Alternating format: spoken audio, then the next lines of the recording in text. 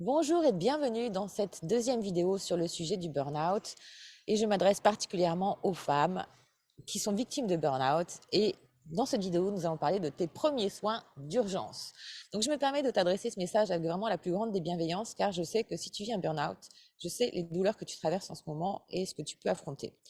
Mais tu es une femme forte, enracinée dans la vie, mais parfois même les plus solides d'entre nous, on a besoin d'être accompagnés, soutenus, guidés, encouragés à certaines étapes de la vie.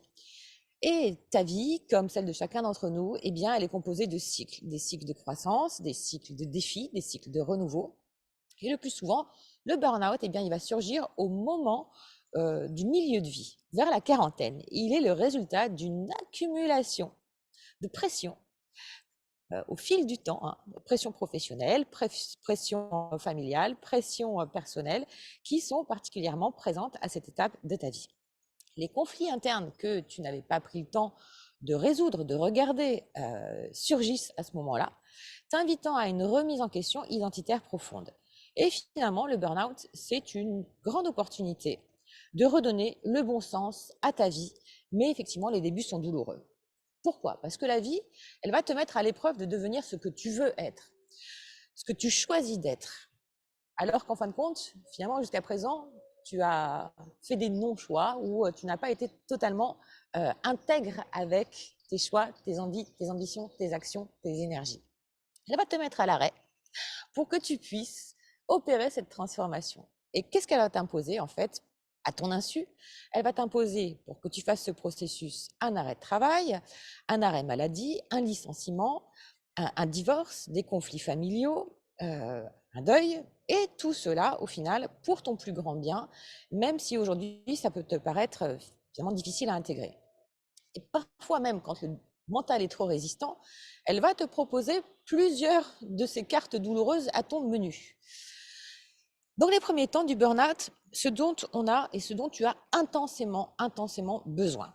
La première chose, ça va être une compréhension et un soutien. C'est-à-dire que tu as besoin de te sentir comprise par ton environnement, tu as besoin d'être épaulé, tu as besoin de te sentir soutenu par ton entourage. Et le plus souvent, si tu vis un burn-out, eh bien, c'est que tu n'es pas dans le bon environnement et que ton entourage professionnel, personnel, ne peut pas t'aider car il est souvent, je dirais, à l'origine, mais c'est pas eux, ils n'en sont pas en fait la cause, mais il est souvent ton entourage l'expression de ton mal-être à travers, par exemple, des relations toxiques au travail, en couple, en famille. Donc, premièrement, compréhension, soutien. Deuxièmement, ce dont tu vas avoir énormément besoin aussi, c'est de temps pour te reposer, pour te régénérer, pour te ressourcer. Toi qui étais hyperactive, tu vas apprendre la détente. Tu vas apprendre le plaisir. Tu vas apprendre comment ton corps te parle. Tu vas apprendre jour après jour à devenir ton meilleur parent. Et tu vas apprendre à aimer finalement ces espaces de rencontre avec toi, seul, et te guérir de tes dépendances affectives. Tu vas apprendre à jouir de la vie tout simplement, mais sur tous les plans. Donc, deuxième point, tu vas te reposer et te ressourcer. Troisième point, il te faut un plan d'action. Un plan d'action structuré, rapide et efficace pour, d'une part, te libérer de tout ce que tu ne veux plus être et tout ce que tu ne veux plus vivre, pour développer tes ressources et troisièmement, pour créer et valoriser la richesse intérieure que tu auras développée dans ce temps de rencontre avec toi-même et ainsi dans tous tes domaines de vie, valoriser cette richesse intérieure. Quatrième point, pardon, tu vas créer de nouvelles routines et tu vas aussi apprendre à gérer tes émotions, apprendre à gérer ton stress et tes émotions. Et enfin, le dernier point, ça va être de l'encouragement et de l'encadrement. C'est-à-dire, tu as besoin de quelqu'un qui te tienne la main, d'un guide, d'un mentor sur plusieurs mois, qui soit présent à tes côtés et qui garantira aussi ta réussite.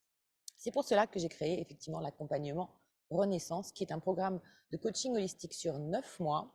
Le parcours Renaissance, c'est bien plus qu'un accompagnement je dirais thérapeutique, puisque ça t'offre une véritable rencontre avec toi-même.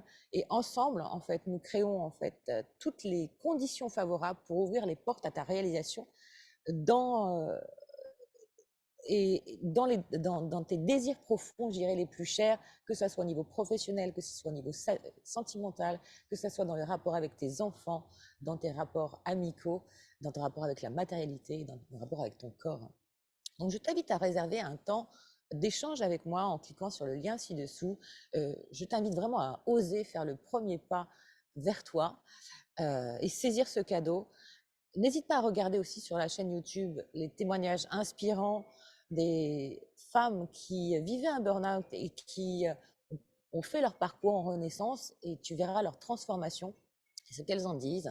Et je crois que voilà, les témoignages parlent d'eux-mêmes et je les remercie d'ailleurs chacune pour leur témoignage.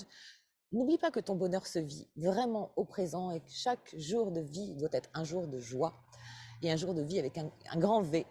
Donc, je te souhaite le meilleur avenir avec le plaisir vraiment de t'accompagner prochainement dans ton parcours de renaissance. À très bientôt pour une prochaine vidéo.